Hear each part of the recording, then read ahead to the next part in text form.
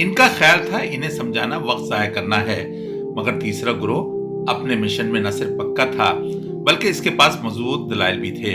इनका पहला जवाब ये था, जब अल्लाह ताला के सामने हमारी पेशी हो तो हम ये कह सकें, या अल्लाह, हम अपना फरीज़ा अदा करते रहे थे, इसलिए हम इनके जराइम से बरी ज़िम्मा हैं।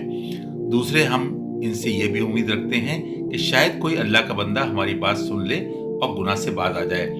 अल्लाह ताला ने इनका ये जवाब नकल फरमाकर ख़ास तौर से हर मुसलमान को मुतनब्बे फरमाया है। जब माशरे में नाफरमानी का दौर दौरा हो जाए तो एक मुसलमान की सिर्फ ये जिम्मेदारी नहीं कि वो अपने आप को बचा ले, बल्कि दूसरों को राह रास्त पर लाना भी इसकी जिम्मेदारी है। दूसरे, हक के दाई को कभी भी मायूस होकर नहीं बैठना चाहिए, बल्कि किसी न किसी बंदे की राह रास्त पर आने की उम्मीद रखनी चाहिए। हमने आयत 164 को मजीद जानने की कोशिश की।